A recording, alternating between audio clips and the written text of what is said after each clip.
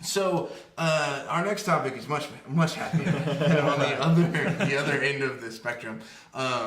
So we released our tipping feature, and one of our friends, Geek Remix, used that tipping feature to run a charity stream. Yep. I guess just this last week.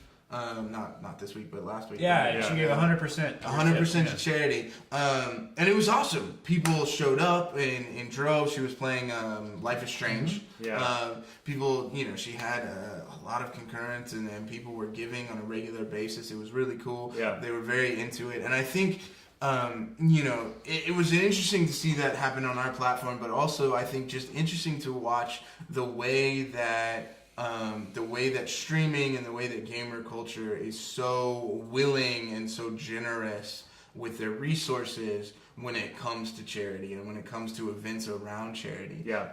And so, I think there's something interesting there because we see all of these different gaming personalities and even just events that aren't specifically personality based, like Zeldathon, that really focus on charity and really show. We just talked kind of about maybe the worst of gamer culture, like really show the best of gamer culture. Yeah, I agree.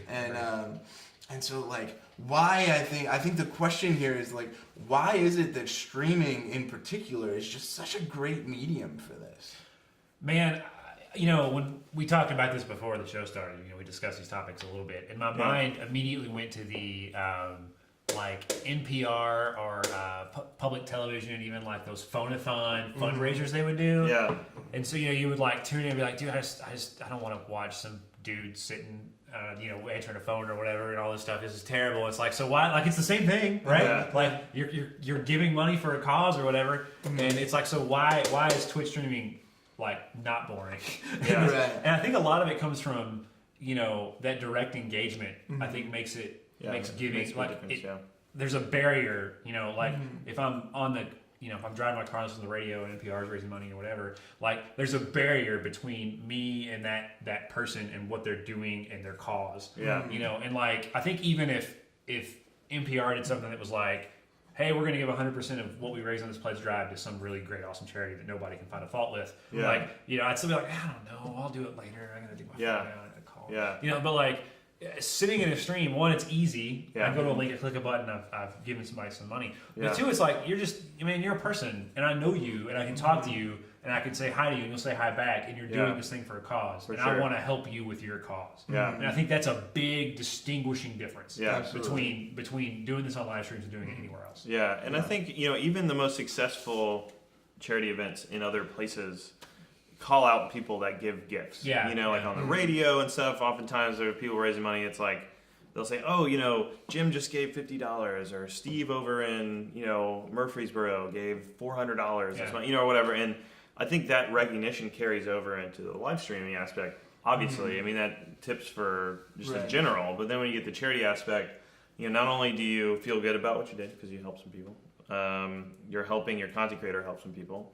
But you're also like looking cool in front of everybody because you gave to charity. Yeah, there's a bit of a little popularity thing happening. I think there's that self-recognition. And we even saw it in with Geek Remix's streaming. Because we had a tip page. It wasn't even like an overlay, but like about every half hour or so she'd load a page and it would show top to bottom the most recent tips and messages and stuff. And so I mean if you gave a tip, you got to see that. Like she would take the time and say, John 27 gave me $10, and he said, "Hey, thanks. This is an awesome thing you're doing." John 27 sees that, and everybody's like in the chat, "Oh, that's awesome, John 27." Yeah. So like it's that recognition. It's the fact that like your money's doing something more than just going to a cause, which is great. Yeah, it should do. Yeah. But, like there's still that like, oh, I can do this and get something on top of it. Yeah. And I think not to cut you off, sorry. No, you're good. But you see this across not just Twitch streaming, but across everything. The earthquake that happened in Nepal recently. There's been a lot of game companies, a lot of like folks that have raised money for that, support for those people. And you see, I just think there's like a lot of generosity in these communities of gamers.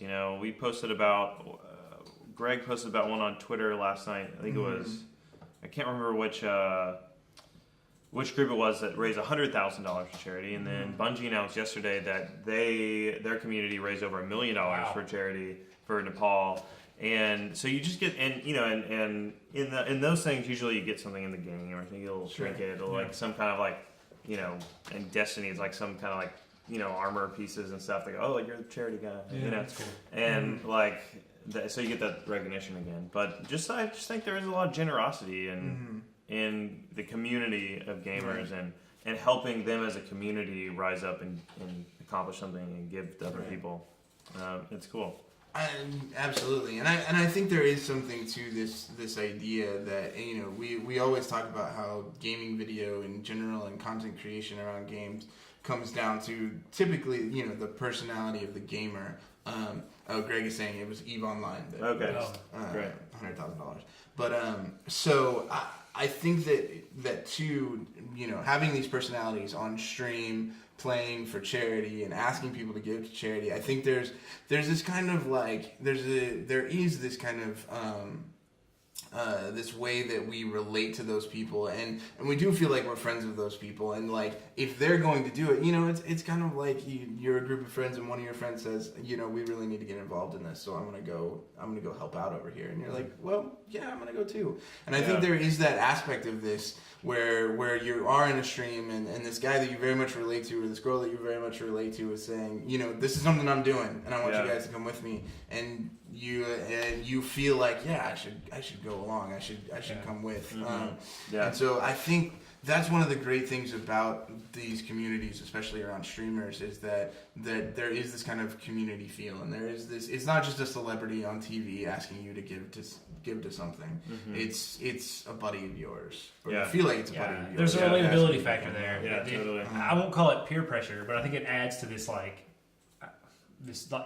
don't even call it. I can't find the words, but it's like, hey, this person I know and care about, like they have a thing. Yeah. And I care about this person. I know this person. They've talked to me some, so I'm going to care about that thing too. Yeah. That, and then the tight feedback loop of recognition. So there's a lot of factors at play there. Right. But I think other industries raising money or doing charitable things could really take a lesson from. Yeah.